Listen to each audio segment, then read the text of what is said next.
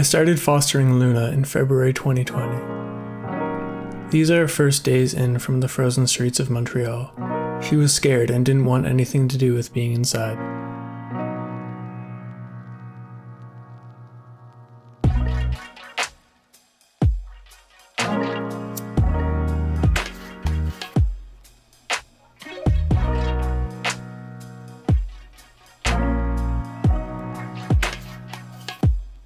She managed to find a boyfriend at the worst time of the year. Her due date was at the end of March, where in Montreal, the daily mean average temperature can be below zero, freezing. She needed to come inside to have a chance for her kittens to survive. I set up cameras to document her pregnancy without disturbing her. She decided she liked the cool surface of the counter by the sink. This led to some funny moments late in her pregnancy when she wasn't used to the extra baby weight.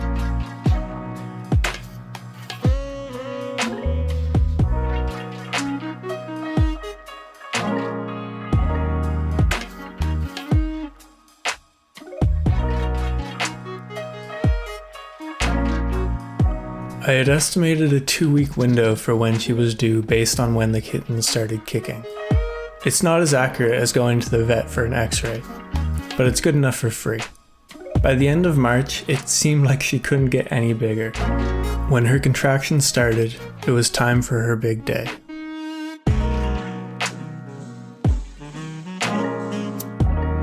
I would only step in if she needed any help, such as if a kitten were stuck. Fortunately, her labor seemed to go without any complications. All 4 kittens were born within an hour and 15 minutes. They all took to nursing right away.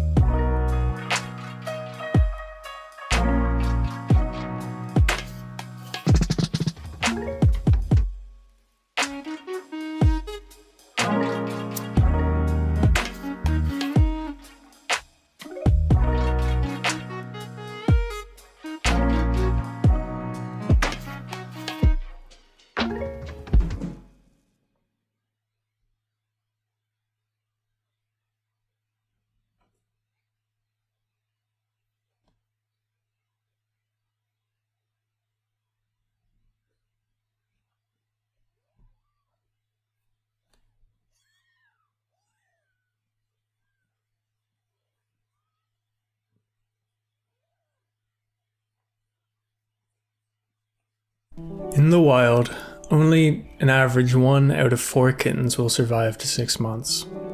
Indoors, more than 3/4 will survive into adulthood. Thankfully, all 4 babies turned out beautiful and healthy.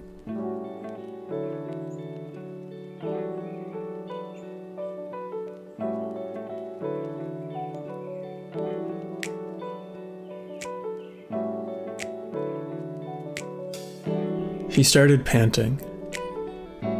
At first, I thought her panting was normal due to the stress of giving birth. After her panting hadn't subsided for a day or 2, I was scared she was suffering from complications.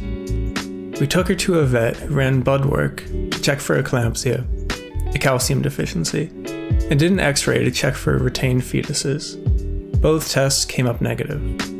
But with her temperature of 40 degrees Celsius, which is about 104 degrees Fahrenheit, she probably had an infection, so the vet prescribed antibiotics.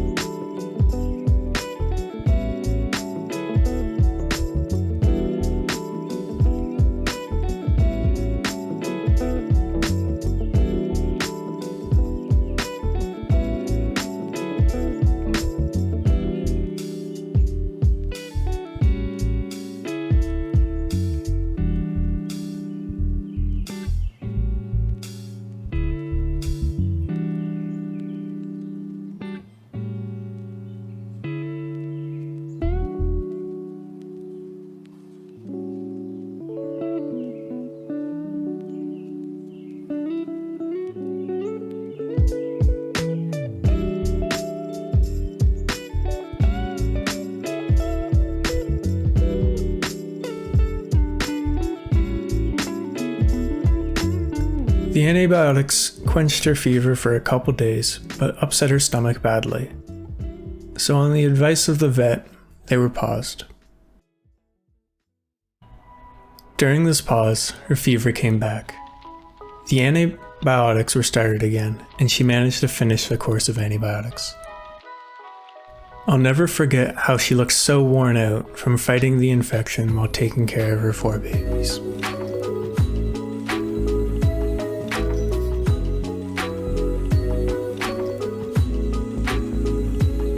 One interesting thing I learned was that kittens will often have a preferred spot on their mother while nursing. Notice how the brown tabby prefers Luna's lower nipple. The 2 black kittens prefer the second row, and the gray one prefers a nipple in the 3rd row. Even though they're only a couple days old, they'll keep going back to these spots until they're weaned.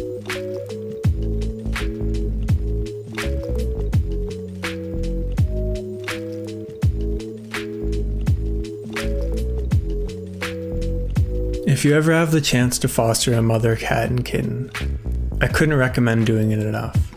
The mother cat does most of the work.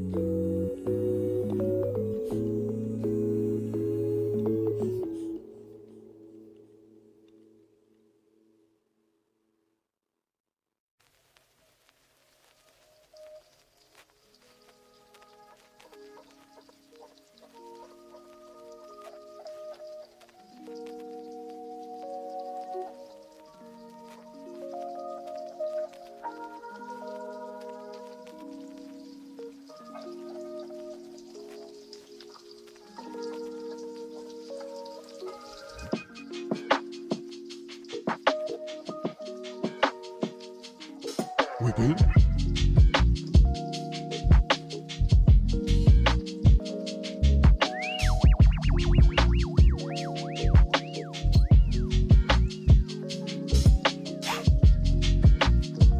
At a couple weeks old, kittens start playing with each other to learn motor coordination skills. It's very cute.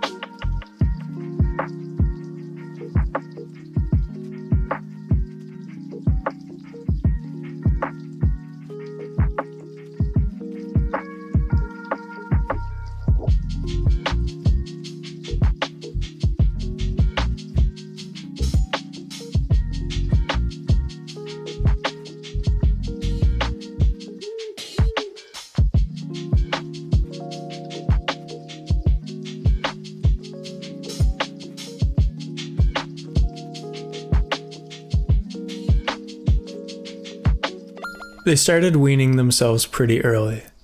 One day, Sky and Smalley started eating their mother's wet food. Minui and Chubbs weren't ready yet.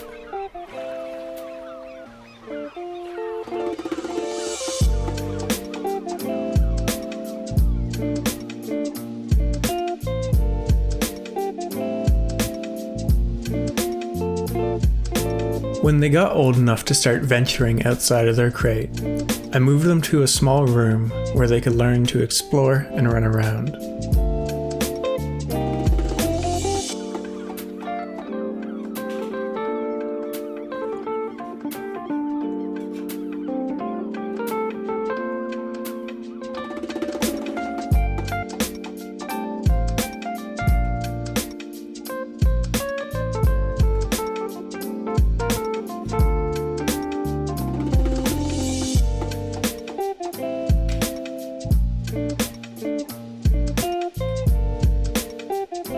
Watching Sky, Minui, Smalley, and Chubbs grow was a treat. At the end, it was hard to let them go.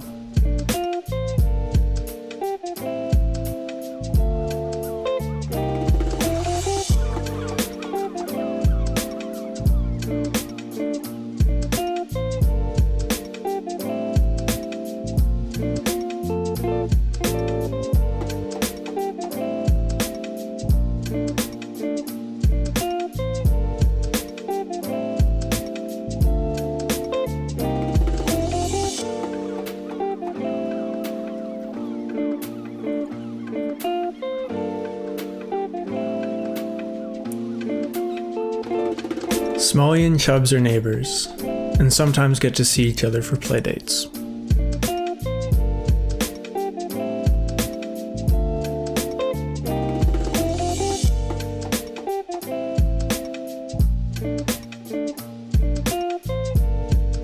Minui and Sky each went to a home with an older cat, where they could be sweet younger sisters.